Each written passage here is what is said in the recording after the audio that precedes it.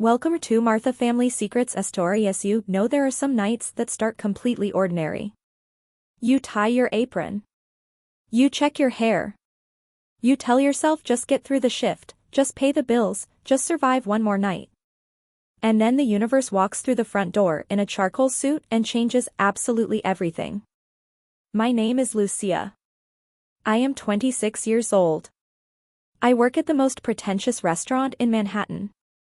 And 3 weeks ago I served water to a man who would turn my entire world upside down. Please subscribe and like this video and listen to my story till the end and let me know which city you are listening from. That way I can see how far my story has traveled. But before I get to him, let me tell you about me. Because I think you deserve to understand exactly who was standing in that restaurant holding a silver water pitcher like it was the only solid thing left in her life. A year ago I was in Florence, Italy. Not serving tables. Not wearing mandatory 2-inch heels that made my feet scream by hour 3. I was in a restoration studio surrounded by the smell of turpentine and centuries-old oil paint, writing my master's thesis on the removal of 19th-century varnish from Renaissance frescoes. I was 1 semester away from finishing. 1 semester away from the life I had worked for since I was a little girl, watching my father restore antique furniture in our tiny apartment, his hands gentle and patient on things that most people would have thrown away. Then my father had a massive heart attack. Just like that. No warning. No preparation. Just a phone call at 2 in the morning and my whole future collapsing like a house of cards in the wind. The medical bills piled up. The student visa expired. I came back to New York, traded my brushes for a serving tray, and told myself it was temporary. That was 14 months ago. 14 months of double shifts, 14 months of cheap subway rides, 14 months of falling asleep on the couch still in my work clothes because I was too exhausted to make it to the bed. My father is still in the hospital. Congestive heart failure. He needs a valve replacement. The specialist costs more money than I make in 3 months. I am working here and at a diner in the mornings and I am still not close enough. That is who was standing in that restaurant on that rainy Tuesday night. The floor manager Gerard came at me like a heat-seeking missile. Gerard was the kind of man who believed that kindness was an inefficiency. He snapped his fingers in front of my face, which I want you to know I have never once gotten used to, and hissed, "Table 4 is open. The Romanos are 5 minutes out. Water and bread service only. Do not speak unless spoken to. Do not look Mr. Romano in the eye. And for the love of everything holy, if his mother complains, you nod and you disappear." I clutched my water pitcher and said, "Yes, sir," the way I had trained myself to say it. Flat. Empty. Survival voice. I knew who the Romanos were. Everyone did. Lorenzo Romano. 32 years old. CEO of Romano Shipping. The tabloids called him ruthless. Ice in his veins. A man who acquired companies the way other people bought groceries. The most eligible bachelor on the East Coast and reportedly the last man on earth you wanted to disappoint. But the real fear was not him. It was Donatella Romano. His mother. The matriarch. The woman who had apparently made a Michelin star chef cry the previous week because, and I am quoting the kitchen staff here, the risotto was too emotional. I did not fully understand what that meant and honestly I was too tired to try. The heavy oak doors swung open. The restaurant went quiet the way restaurants only go quiet when someone truly powerful walks in. Not celebrity quiet. Not Instagram quiet. Real quiet. The kind of quiet that means money and history and consequence. Lorenzo Romano walked in first. He was taller than the magazine suggested, wearing a charcoal suit that fit his broad shoulders like it had been sewn directly onto him. Dark hair swept back. Eyes the color of espresso. And an expression that said he was here because he had to be, not because he wanted to be. On his arm was Vanessa St James. I suppressed a groan. I actually had to physically suppress it. Vanessa was a regular. Real estate daddy's money, treated the service staff like furniture that occasionally had the audacity to move. She was wearing a red dress that cost more than my father's car and smiling the smile of a woman who sharpens her teeth every morning. And then behind them, the presence that genuinely sucked all the remaining oxygen out of the room.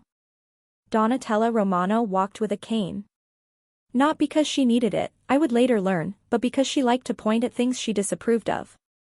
She was draped in black silk, silver hair pulled into a severe bun, and her eyes were scanning every corner of the restaurant with the expression of a building inspector who already knows she is going to fail you. Gerard practically threw himself at the door. I thought he was going to pull a hamstring with how low he bowed. Sonora Romano. Mr. Romano. Mississippi St. James. Welcome. Your usual table is ready. It smells like cleaning fluid in here, Donatella said. Her voice was raspy and low and carried a heavy Italian accent that 40 years in America had done absolutely nothing to soften. Mother, it smells like lavender. It is the potpourri. Lorenzo's voice was deep and weary in the way of a man who had been having this exact conversation since breakfast. Lavender covers the smell of dirt, Donatella snapped. Let us sit. My feet hurt. They moved toward table 4, the prime spot by the windows where the rain was now lashing dramatically against the glass. As they passed me, Vanessa's oversized designer handbag swung out and hit me. Hard. Right in the stomach. I gasped. I stumbled back. The water pitcher sloshed dangerously and my whole evening flashed before my eyes. Vanessa did not turn around. She checked her bag for scratches. Watch where you are standing, she threw over her shoulder, completely unbothered. Lorenzo paused. He looked back. His dark eyes found me and for just 1 second there was something in them. Apology maybe. Or something close to it. Then Vanessa tugged his arm. Come on, Enzo. Do not let the help distract you. I have so much to tell you about the gala. And he turned away. I steadied myself against the wall and took a breath. Just get through the night, Lucia. Pay the electric bill. Buy Dad his medication. That is all this night is for. I approached the table to pour the water. Sparkling or still, I asked, keeping my voice perfectly neutral. Sparkling for me and Lorenzo, Vanessa announced, seizing command of the table the way she seized command of every room she entered. And the old lady will have tap water. She does not like bubbles. I froze. The old lady. I looked at Donatella. The matriarch of the Romano family. The woman whose photograph appeared next to the word formidable in every business publication on the East Coast. Donatella's face had gone very still. Very quiet. The dangerous kind of quiet. I will have sparkling, she said, staring directly at Vanessa. And a slice of lemon. Vanessa rolled her eyes and picked up the menu. Whatever, just bring it. I poured the water with every ounce of precision I had. As I leaned in to place Lorenzo's glass, I caught the scent of his cologne.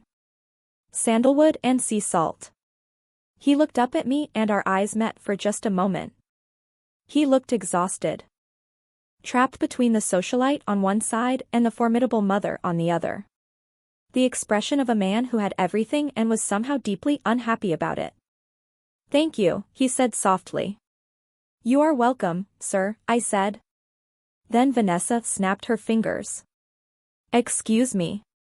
I did not ask for ice in mine. Take it back. There was no ice in the glass. I looked at the clear water. Crystal clear. No ice. She looked at Lorenzo. I said take it back. It looks cold. I hate cold water. Is it so hard to find competent help these days? Honestly, Enzo, this place is going downhill. We should have gone somewhere else. Lorenzo did not smile. Just change the water please, he said to me. Polite. Distant. Like he was apologizing and not apologizing at the same time. I took the glass. My knuckles were white around the stem. As I walked back to the service station, I heard Vanessa behind me. She looks like a frightened little rabbit. I bet she drops the tray before the appetizers arrive. I gripped the counter at the service station and closed my eyes. I thought of my Nona's kitchen in Tuscany. The smell of fresh bread and basil. The sunlight coming through those low windows. The sound of my father singing off-key while he worked. Uno. Due. Tre. I counted to 10 in Italian and went back out there. Because I had no choice. Because the electric bill was due Friday and Dad needed his medication Monday and there was no one else. And that right there, is the thing about people like Vanessa. They mistake your survival for weakness. They see someone absorbing their cruelty without responding and they think they have broken you. They do not understand that some people are still standing not because they are weak, but because they have something worth standing for. I had no idea that the most important moment of my night was still coming. By the time the appetizers arrived, the tension at table 4 was thick enough to carve. Vanessa was doing all the talking, gesturing with a fork full of tuna tartare, dropping names like confetti. Lorenzo was nodding mechanically and checking his watch. But Donatella had not touched her food. She sat with her arms crossed, staring out at the rain-slicked street below, looking profoundly alone despite sitting between her son and a woman who had not stopped talking for 40 minutes. "Is everything all right with the carpaccio?" I asked, stepping in during a brief pause. Donatella poked the thinly sliced beef with her fork. "It is too cold. The meat has no soul. It tastes like it lived its whole life in a refrigerator. It never saw the sun." "I can have the chef prepare something else for you, Sonora," I offered gently. "Do not bother," Vanessa interrupted, waving her hand. "She complains about everything. It is the best beef in the city, Donatella. Just eat it." Donatella pushed the plate away. "In Italy we do not eat plastic and call it food." "Well," Vanessa said, her voice dripping with something ugly and sweet at the same time, "we are in New York, darling. Adapt or starve, I suppose." Lorenzo set his wine glass down with a heavy clink. "Vanessa. That is enough. I am just saying, Enzo. She is ruining the vibe. We are supposed to be discussing the merger and she is crying about cold meat." Vanessa turned to me. "Take the plate. Bring the main course. And bring another bottle of the Cabernet. Quickly." I reached for the plate. And that is when it happened. Donatella muttered something under her breath. Low, rapid, in a dialect so specific to the central regions of Italy that most people would not have recognized it even if they spoke the language. The kind of dialect you only learn if you grew up running through the stone streets of old villages. The kind of dialect my grandmother used to scold the butcher every Tuesday morning. "This woman is a poisonous snake. She has no respect and no heart. My poor son. Blind in front of a witch." I paused. My hand hovered over the plate. Lorenzo sighed.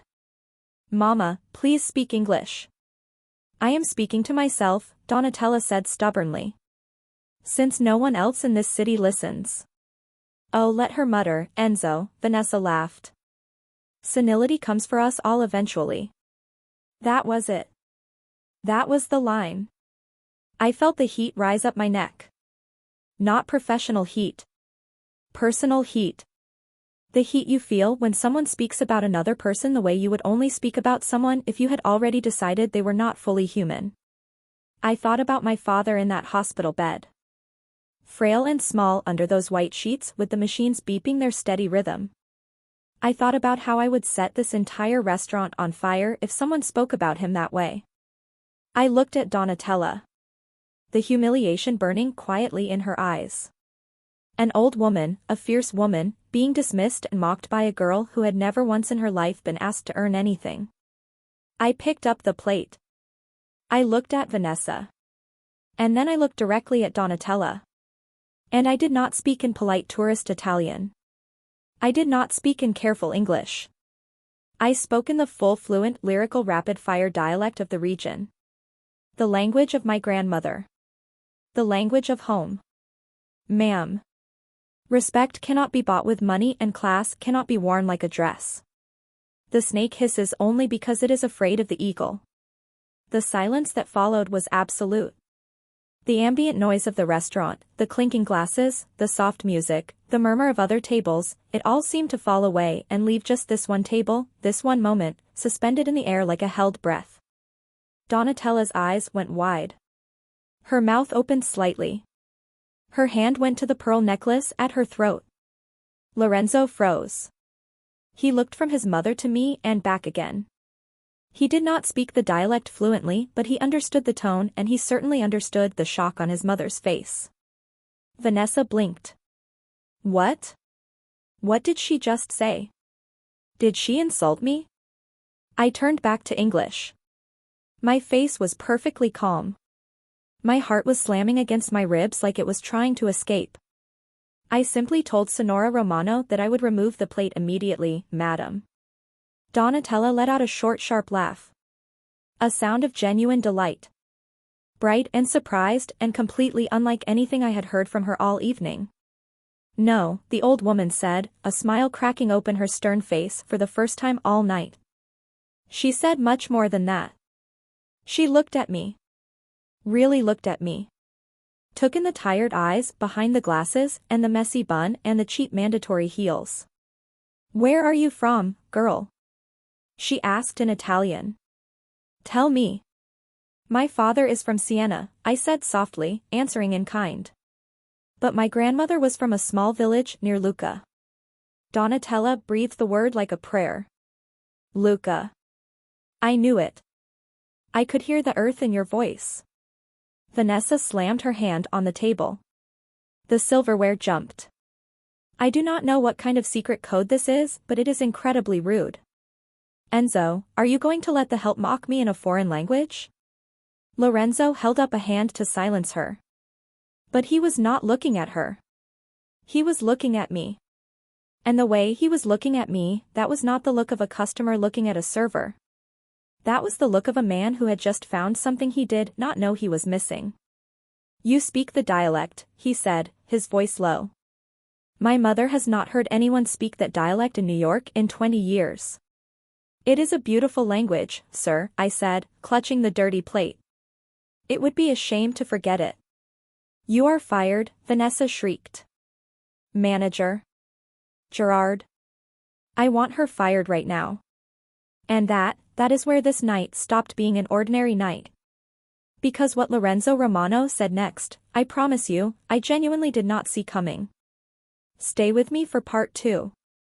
Because what happens at this table in the next 10 minutes is going to make your jaw drop.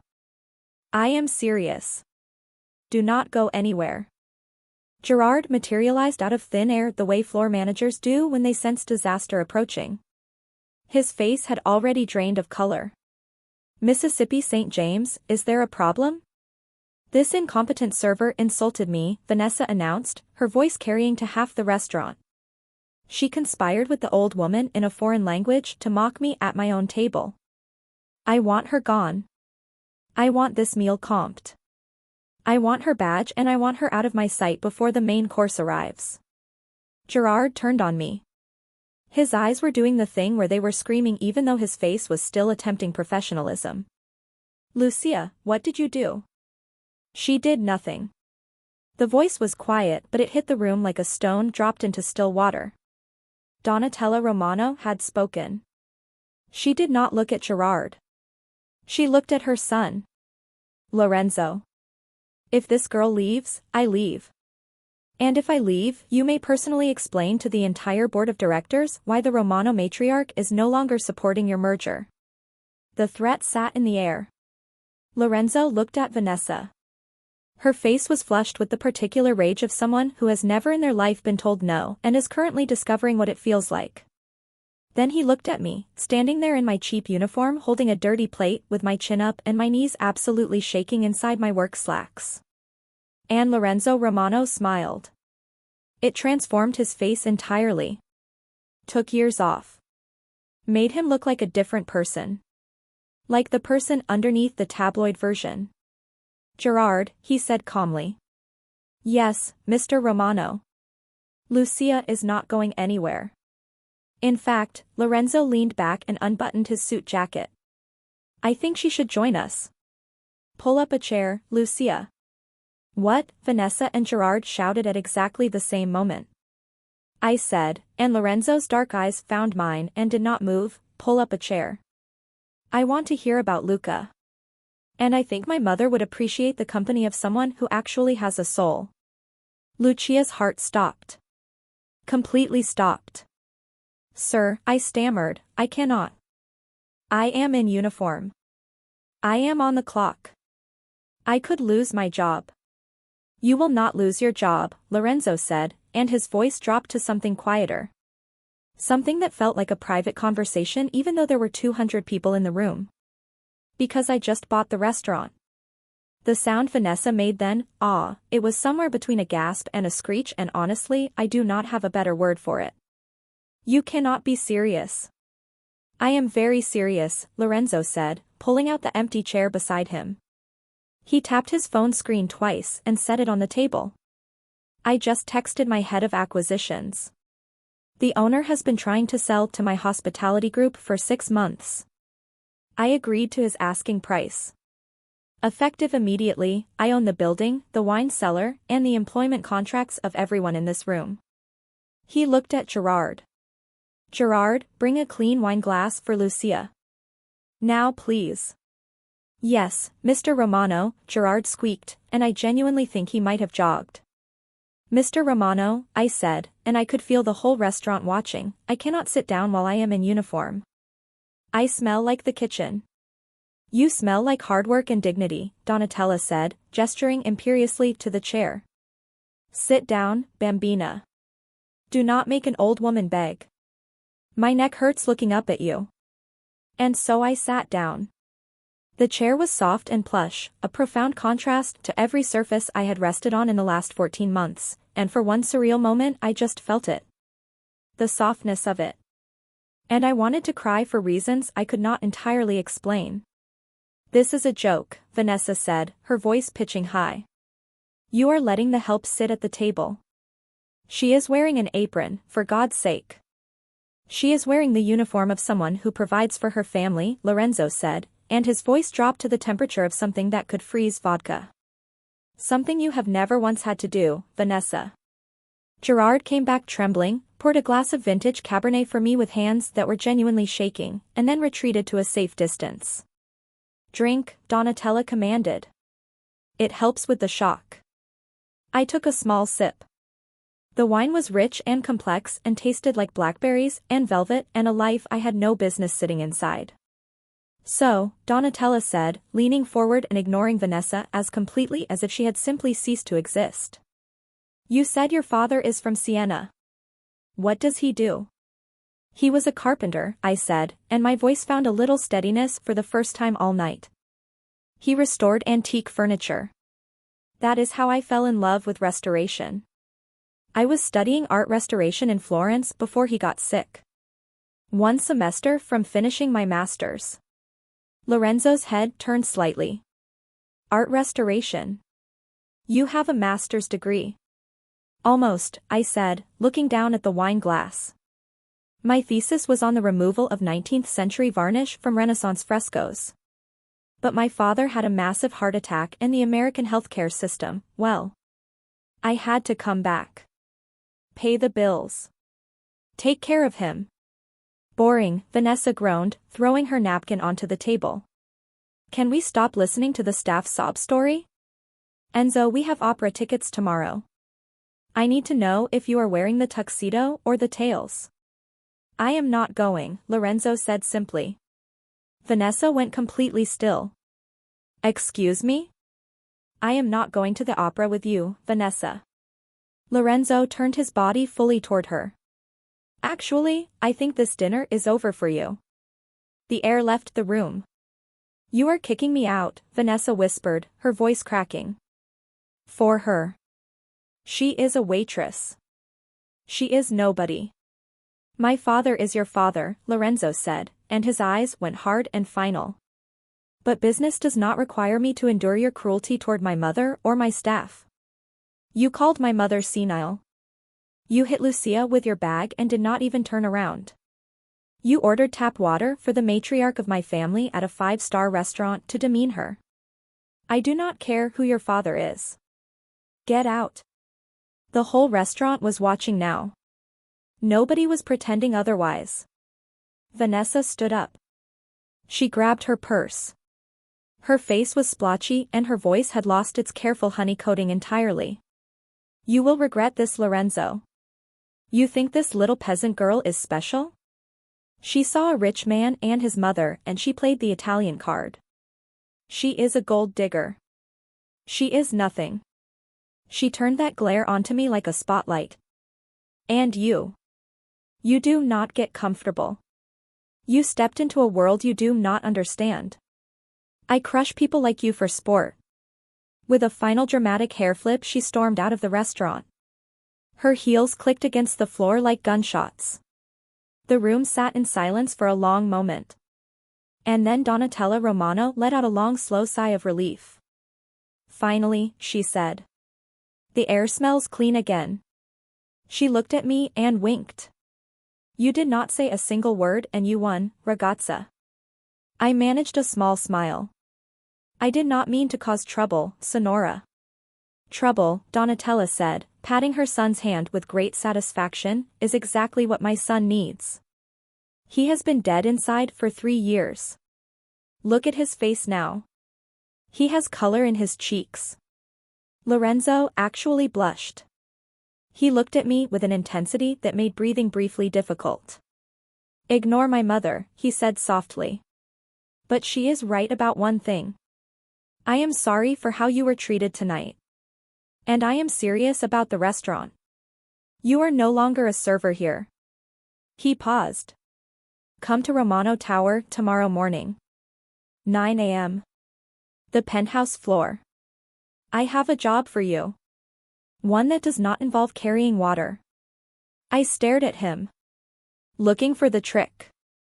Looking for the catch. I found only sincerity.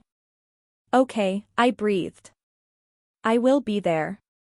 When they left, I stood on the wet New York sidewalk in the cool night air while a sleek black limousine idled at the curb. Lorenzo offered to drive me to the hospital for evening visiting hours, and I was so worn down and so bewildered that I got in. That hour in the back of that car, talking about my father and Tuscany and fresco restoration while the city glittered outside the windows, was the best hour I had experienced in over a year.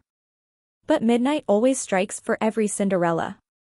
I walked into the hospital lobby and the night nurse Brenda intercepted me before I even reached the elevator. Brenda was a kind woman and she had a look on her face that I had learned to be afraid of. Lucia, honey, I am glad you are here. Is it Dad? I panicked immediately. My heart stopped.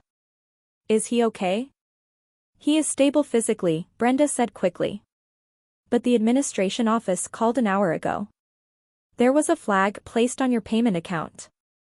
An anonymous tip claiming your income declaration was fraudulent. They have frozen the account, Lucia. If you cannot pay the full outstanding balance by noon tomorrow, they are transferring him to the state facility. I grabbed the nurse's desk because my legs stopped working. The state facility. Underfunded. Overcrowded. Miles away. He would not survive the transfer, let alone the care there.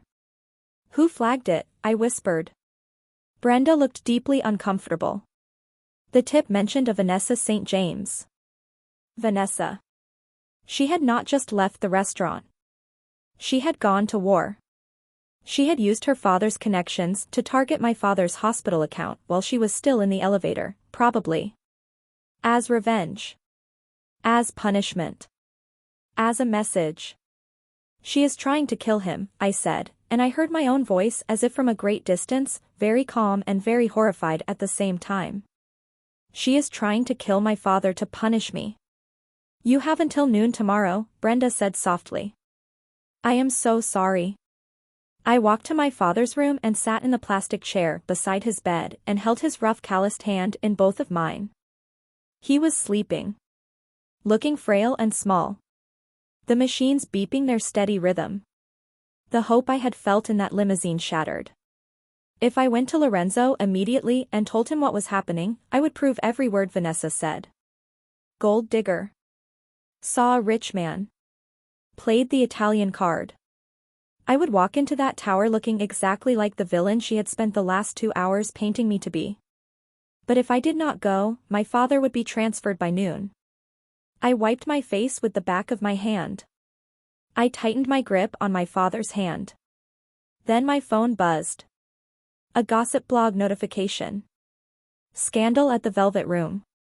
Waitress seduces billionaire in front of girlfriend.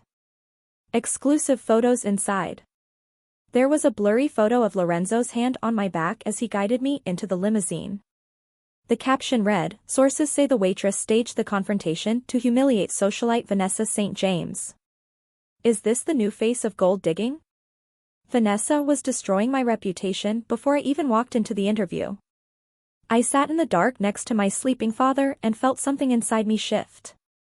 Quietly. Completely. "Okay, Vanessa," I said to the empty room.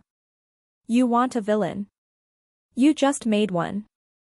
Stay for part 3.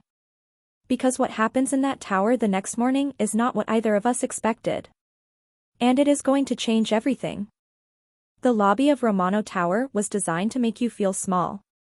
Glass and steel reaching 50 floors into the Manhattan sky. Everyone in the lobby looked like they had been genetically engineered to belong there. I walked in wearing my best blazer, which I want you to know is a perfectly respectable blazer, and the receptionist looked up from her desk with the expression of someone who had already decided the answer was no before I opened my mouth. Her eyes flicked to my face. Then to the tablet on her desk. I was absolutely certain she was reading the Gold Digger article. "Can I help you?" she said, and her tone had so much ice in it you could have served it with the room temperature water Vanessa had demanded. "I am not a delivery," I said. "I have a 9 a.m. appointment with Lorenzo Romano." She smirked. "Mr. Romano is a very busy man. I do not have you on the. Send her up." Lorenzo's voice came through the desk speaker and the receptionist turned a shade of pale usually reserved for uncooked dough. "Yes, sir. Right away, sir. Elevator 1. The private elevator shot me up 50 floors and my stomach relocated somewhere near the ground floor the entire ride. I was not here to flirt. I was not here to be charming. I was here to save my father. I was here to sell my skill, not my desperation. I had repeated this to myself approximately 40 times on the subway over. The doors opened directly into the penthouse office. Panoramic view of Manhattan. Morning light filling the space. But I did not look at the view. I looked at the easel set up in the center of the room, covered in a silk cloth. And I looked at Lorenzo, standing by the window in a navy suit with the top button of his shirt undone, looking less like a corporate billionaire and more like a man who had something on his mind. "Good morning," he said, turning. "You saw the article." "I did," I said. "And I assume you did too. If you think I had anything to do with." "I know you did not," he said. "The IP address that sent the tip belongs to a burner phone registered to a shell company under St. James Enterprises. Vanessa is many things but subtle is not one of them." He walked toward the easel. "Forget Vanessa for a moment. I want to show you something." He pulled the silk cloth away. I gasped. Actually gasped out loud. On the easel was a painting. Old. Perhaps late 17th century. A portrait of a woman with dark eyes holding a pomegranate. But the canvas was in terrible shape. A jagged tear ran through the background. Layers of yellowed varnish had obscured the colors beneath until they looked muted and lost. Someone had tried to clean a section clumsily at some point, leaving abrasion marks on the woman's cheek. "My great-great-grandmother," Lorenzo said softly. "It hung in our villa in Tuscany for generations. During the war it was hidden in a cellar. The moisture nearly destroyed it. I have interviewed 5 restorers in New York." "Let me guess," I said, stepping closer without thinking, my eyes scanning the damage with the specific hunger of someone who recognizes a problem they know how to solve. "They all want to repaint it. Make it look new." "Every single one of them," he said. "No," I whispered. I was already circling the easel. You cannot repaint it. That would destroy the integrity entirely. You need to remove the oxidized varnish with a solvent gel. Mild, very mild. Acetone and mineral spirits, but precisely measured. You have to consolidate the flaking paint first before you touch anything else, and the tear, you cannot patch it. You need to weave the canvas threads back together from behind. Thread by thread. I looked at him. My eyes were blazing and I knew it and I could not stop it because this was the thing I loved. This right here. This wounded, beautiful surviving thing. If you repaint her, you erase her history. You erase the war she survived. And she survived it. It would be a crime to pretend she did not. Lorenzo stared at me for a long moment. Something moved across his face. Something that settled. You are hired, he said. Just like that? Just like that. He crossed his arms. You are the only person who spoke about her history instead of her appearance. $10,000 for the restoration, plus all materials. $10,000. The hospital deposit. The exact number I needed. My throat tightened. I accept, I said. My voice was steady. My hands were not. But there is a condition. He raised an eyebrow. Go on. I need the payment today. Up front. The warmth in his expression cooled slightly. He walked to his desk and leaned against it. That is unusual. 50% upon completion is standard. Why the urgency? I could have made something up. I could have been vague. But I looked at the painting of the woman who had survived a war. And I looked at the man who had shielded his mother with his body the night before. And I told him the truth. Because Vanessa St. James froze my father's hospital account last night, I said. She used her father's connections to flag me for fraud. If I cannot pay the full balance by noon today, they are transferring him to a state facility. And he will not survive the transfer. Lorenzo went perfectly still. She did what? It was not a question. It was barely a sentence. It was 3 syllables of absolute zero. She is trying to hurt him to punish me, I said, and weeping. I was weeping now. I had not cried since I sat by his bed last night, and now here I was crying in front of a billionaire in his penthouse office on the morning I was supposed to be professional and composed, and none of this. I am not a gold digger, Mr. Romano. I just want to save my dad. Lorenzo did not say anything comforting. He did not waste time. He picked up his desk phone and dialed. Get me the chief administrator at St. Jude's Hospital. Now. He waited 10 seconds. His eyes did not leave mine. This is Lorenzo Romano. You have a patient named Marco Rossi. There is a flag on his account. Remove it. I do not care who placed it. I am transferring $200,000 to your general fund in the next 5 minutes. That covers Mr. Rossi's care for the next year in a private suite. If anyone attempts to move him, or if Vanessa St. James contacts your office again, you answer to me personally. Are we clear? He slammed the phone down. Lucia stood with both hands over her mouth. Mr. Romano, I managed. 200,000. I cannot repay that. He walked around the desk. Stopped inches from me. Gently took both my hands and pulled them away from my face. You do not have to repay it, he said fiercely. Vanessa brought a war to my doorstep.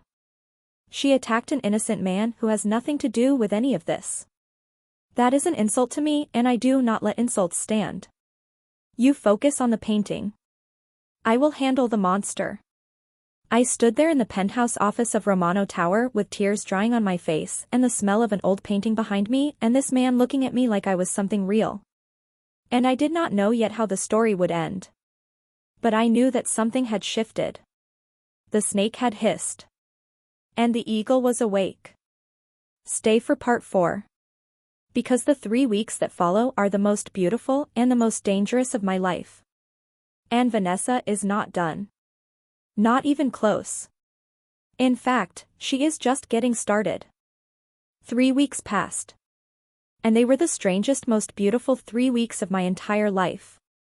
Lucia spent her days in a converted studio space inside Romano Tower. The smell of solvents and oil paint replaced the smell of restaurant grease. The precise, slow, patient work of restoration replaced the relentless pace of double shifts. My hands, which had been calloused from carrying trays, remembered older skills. Gentler ones. My father moved into a private suite at St. Jude's. Best cardiologists in the city. He did not know all the details, only that I had landed a significant contract.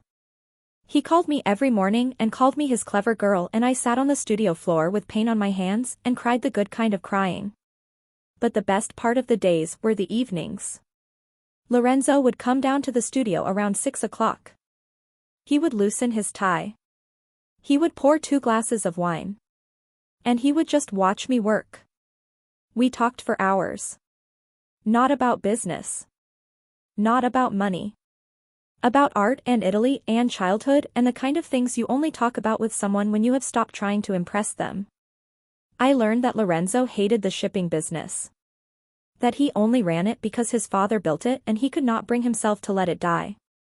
That what he actually wanted was to open a foundation for Italian cultural heritage. That he had not told anyone this before. Not Vanessa, not his board, not a single person. He learned that I sing opera in the shower. That I am terrified of thunderstorms. That my first memory is my father's hands on an old wooden chair, patient and certain, and that I have been chasing that feeling of certainty ever since. It was intimate. It was quiet. It was the exact kind of slow falling that you do not notice until you are already all the way down. The Romano Foundation Gala is in 2 days, Lorenzo said one evening, watching me apply a retouching varnish to the portrait with the concentration of a surgeon. We will unveil the painting there. It will be the centerpiece. She is ready, I said, stepping back. The woman in the portrait glowed. The tear in the canvas had been woven back together thread by thread and was invisible to the naked eye. The varnish was gone. The colors beneath were vibrant and alive. She looked like someone's beloved grandmother. She looks like you, Lorenzo said quietly. I turned to him, startled. He was closer than I realized. He reached out and tucked a curl behind my ear. Lucia, these past weeks. I have never. He stopped. Started again. You see me. Not the company. Not the Romano name. Me. He leaned in. My heart stopped. Their lips were inches apart. The studio door banged open. Well, isn't this cozy? Vanessa St. James stood in the doorway wearing the expression of someone who had been rehearsing this entrance. 2 suited men stood behind her. Vanessa, Lorenzo said, his voice dropping to dangerous calm. Security was instructed to ban you from the building. I have my ways, she said, walking into the room, her eyes moving over the painting with thinly veiled fury. So this is what cost me my fiancé. A dirty old picture fixed by a dirty little waitress. Get out, Lorenzo said. Or what? You will buy another hospital? She laughed, brittle and cracking at the edges. You think you have one, Enzo. But you forget who my father is. He owns the tabloids. He owns 3 members of your board. If you do not announce our reconciliation at the gala, he pulls his funding from the merger. Your stock tanks. You lose everything. She turned to me with a smile that had nothing warm in it. And you. I did a little more digging. Your student visa technically expired 3 days before you filed your renewal. It is a gray area, legally speaking. But a well-placed call to immigration could make things very black and white. How does deportation sound? Taking your sick father back to Italy in economy class? You are evil, I whispered. I am a winner, Vanessa said pleasantly. She reached into her purse and pulled out a small bottle of black ink. No, I screamed, lunging forward. Vanessa uncapped the bottle and swung her arm toward the masterpiece. Lorenzo moved faster than I have ever seen a person move. He grabbed her wrist midair, squeezing it with the grip of a man who had genuinely lost his patience. Vanessa yelped. The bottle dropped and shattered on the floor, black ink splashing across Lorenzo's expensive leather shoes and missing the painting by inches. "Touch that painting," Lorenzo said, his face inches from hers, "and I will not just sue you. I will open your father's offshore accounts to every journalist in the city. I will release the security footage of you threatening my employee. I will make you a pariah in every room you have ever valued." He released her wrist. Security. 4 guards rushed in. Vanessa was escorted out, still screaming. When the door closed, the silence was so complete I could hear my own breathing. "She can ruin you," I said, sinking onto a stool, my legs finally giving way. The merger. The stock. She was not bluffing about her father, Lorenzo. "You could lose everything." Lorenzo knelt in front of me. He took my hands, ignoring the ink on his ruined shoes. "Look at me," he said. I looked up. "I do not care about the stock. I have spent my whole life being smart for the Romano name. Doing what was strategic. What was correct. My mother was right, I was hollow." He kissed my hands, gentle and reverent. "You woke something up in me, Lucia. You saved my family's history." He looked at the painting. "Now let me help save yours." "But the gala," I said. "She will come. She will do something." Lorenzo stood up. The cold, ruthless resolve that the tabloids wrote about settled into his features, but it was different from what I had imagined when I read those articles. It was not cruelty. It was protection. "Let her come," he said. "The gala is in 2 days and I have a plan. Vanessa wants a scene. We will give her a scene she will remember for the rest of her life." He held out his hand to me. "Go home. Rest. Buy a dress. Not a uniform. A dress for a queen. Because on Saturday night you are not walking behind me, Lucia. You are walking beside me." I looked at his outstretched hand. I thought about the airport curb at 6 years old when we moved here. About the 14 months of double shifts. About my father's hands calloused from years of honest work. About a painting that had survived a war because someone refused to let it be destroyed. I took his hand. The waitress was gone. The victim was gone. It was time for the girl from Luca to fight back. Stay for the final part. Because what happens at that gala is something I will spend the rest of my life telling people about. And there is one moment, one single moment at the end that I was absolutely not prepared for. The grand ballroom of the Plaza Hotel was extraordinary. Crystal chandeliers casting prisms of light across the faces of senators and tech moguls and fashion icons. The air buzzing with the particular electricity of people who had read the gossip and come to watch the inevitable disaster. They were all waiting for the crash. I stood at the top of the grand staircase with my hand on the velvet railing and I was terrified. Not of the room. Not of the people. But of caring again. Of wanting something and watching it get taken. I was wearing a gown of liquid gold silk that Lorenzo had commissioned. It cascaded to the floor, simple and regal. My hair was swept up. At my ears, diamond earrings that had belonged to Lorenzo's grandmother. "Breathe," Lorenzo whispered, stepping up beside me in his tuxedo. He looked at me the way I had never in my life been looked at before. "You are the queen of this castle tonight. Everyone else is simply a guest." "They hate me," I whispered. "They do not know you," he said. "But they will." We descended the staircase together. The room went silent. The sheer visual impact of it stopped the murmuring. Lorenzo Romano, the ice-cold tycoon, looking at the woman beside him with a warmth that could melt an entire winter. And Lucia, the waitress, walking with the natural grace of a woman who has carried everything and not broken. We reached the stage where the veiled painting waited. Donatella was already seated in a throne-like chair at the side, her cane across her lap. She gave me a small approving nod that meant more to me than any applause in that room. Lorenzo took the microphone. Welcome. Tonight is about legacy. About preserving what matters. For years the Romano name has meant shipping and industry. Tonight we return to something older. To art. To beauty. To restore our history we needed not a technician, but an artist. He reached for the veil. Stop this charade. The shrill voice cut through the room like a car alarm. Vanessa St. James marched toward the stage in a red dress that looked like a declaration of war. She had a microphone she had clearly snatched from the event coordinator. Phones went up across the room instantly. Everyone recording.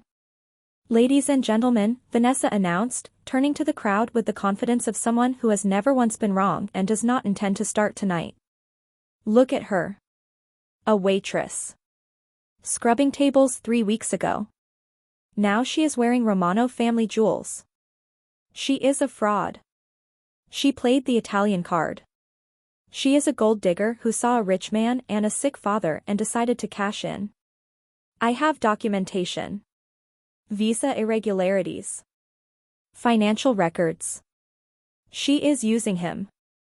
The murmur moved through the crowd. Ugly and rippling. Vanessa pointed directly at me. You do not belong here. You never did. And Lucia stepped forward. Not Lorenzo. Not Donatella. Me. I walked to the edge of the stage and I looked at Vanessa and I did not need a microphone. I had 14 months of quiet survival and a grandmother who sang to me and a father who sold his tools to send me to Florence, and I had a voice. My father is not dying and broke, I said, and my voice carried the full natural projection of someone who has sung opera in the shower since she was 12 years old. He is recovering. Because a good man helped him. The room was very still. Yes, I was a waitress. I scrubbed tables. I carried water. I stood on my feet for 12 hours a day to pay for his medication. She paused. I looked out at the senators and moguls and fashion icons. Is that shameful? Is working hard to save a parent a crime in this room? If it is, then I do not want to belong here. But you, Vanessa. You have never worked a day in your life. You called an old woman senile at a dinner table. You tried to have an innocent man transferred to a dying ward because you were angry at me. You call me poor. You are the poorest person here. You are bankrupt in the ways that matter. Lies, Vanessa screamed. Security. Remove her from the stage. No. The new voice filled the ballroom completely. Donatella Romano had stood up from her throne-like chair. She walked to the center of the stage without her cane and took the microphone from her son's hand. And the room went absolutely silent. You speak of legacy, Vanessa St. James, Donatella said, her raspy voice carrying every syllable with the weight of a woman who has outlasted wars. You speak of class. But I have heard the recording. Vanessa froze. What recording? Lorenzo pressed a remote. The speakers that had been playing soft classical music cracked open and Vanessa's own voice filled the ballroom. Every word she had spoken in the studio 2 days ago. The immigration threats. The ink bottle. The calculated cruelty in her voice as she described deporting a sick old man in economy class. The crowd turned. Not slowly. All at once. The faces that had looked amused or curious or gossipy 30 seconds ago now wore a different expression entirely. You attacked my employee, Lorenzo said, stepping forward, his voice measured and final. You attempted to destroy a 17th-century masterpiece. You committed fraud by impersonating a family member to access hospital records. The police are in the lobby, Vanessa. Her face went white. She looked for her father in the crowd. Her father, the powerful real estate mogul, the man whose name she had been wielding like a weapon for weeks, had turned his back. Enzo, please, she whispered. It was just a game. I love you. You do not know what love is, Lorenzo said. He signaled to the guards.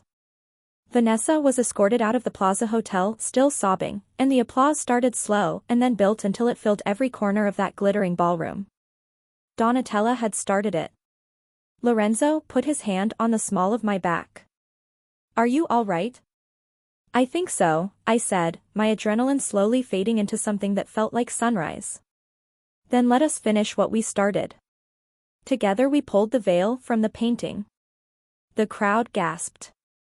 She was breathtaking. The woman with the pomegranate, vibrant and warm and alive, her dark eyes full of something that looked remarkably like wisdom. She glowed. "To the woman in the painting," Lorenzo said, raising his glass. "And to the woman who saved her." He turned to me. He reached into his tuxedo pocket and brought out a small velvet box. "Lorenzo," I breathed. "I did not buy a ring," he said, opening it. Inside was a simple ancient gold band set with a single deep red ruby. This was my great-grandmother's ring. The woman in that portrait. She wore it through the war. She wore it when she rebuilt the family from nothing. It belongs to a woman with strength. He knelt. "Lucia, you spoke to my mother in the language of home. You spoke to my heart in the language of truth. Will you marry me? Will you help me restore the rest of my life?" I looked at the ring. I looked at Donatella wiping a tear with absolute dignity and pretending she was not. I looked at Lorenzo kneeling in the middle of the Plaza Hotel ballroom in front of all of New York. "Yes," I whispered. And then louder because I wanted every single person in that room to hear it. "Yes." He slid the ring onto my finger and kissed me, and the applause that followed was the kind that shakes chandeliers. Outside the rain was falling on New York City, washing the streets clean. Inside everything was warm and golden and finally restored. 3 days later the papers ran the story. Not the gold digger version. The real version. Recording reveals socialites' threats at Romano Gala. Vanessa St James facing charges for fraud and criminal mischief. The Romano Foundation announces major heritage initiative. Vanessa's social accounts went dark. Her father released a public statement distancing himself from her actions. Someone posted that she had been quietly removed from every board and charity committee she sat on. My father had his surgery 6 weeks later with the best cardiac team in the city. I sat in the waiting room with Lorenzo on one side and Donatella on the other, the old woman holding my hand with surprising gentleness. He came through beautifully. When he woke up and saw Lorenzo, he looked at me with this expression, this specific expression I had only ever seen on his face when he finished restoring something. That quiet satisfaction of witnessing something saved. "You are your mother's daughter," he said to me softly. "She always found the thing worth saving." I finished my master's degree the following semester. My thesis on the Romano portrait was published in 2 academic journals. I now run the restoration division of the Romano Foundation. And I still sing opera in the shower. Tell me in the comments. Have you ever stood in a room full of people who had already decided who you were, and had to prove them wrong anyway? Have you ever had to choose between protecting your dignity and protecting someone you love? Have you ever been called small by someone who was terrified of how big you were becoming? Tell me. And if you have dealt with something similar, share your story. You are not alone. Subscribe for more stories about standing your ground and reclaiming your life. Because here is what I know. Vanessa thought money was power. She thought connections were armor. She thought cruelty was strategy. But cruelty always leaves a recording somewhere. And the people who write you off as furniture, as a frightened little rabbit, as the help, they never see you coming. The waitress became the queen. Not because of the dress or the ring. But because she was the only one in the castle who showed up knowing exactly what she was worth. And she never let anyone else decide that for her again. Thank you for staying all the way to the end. Take care of yourselves. And I will see you in the next one.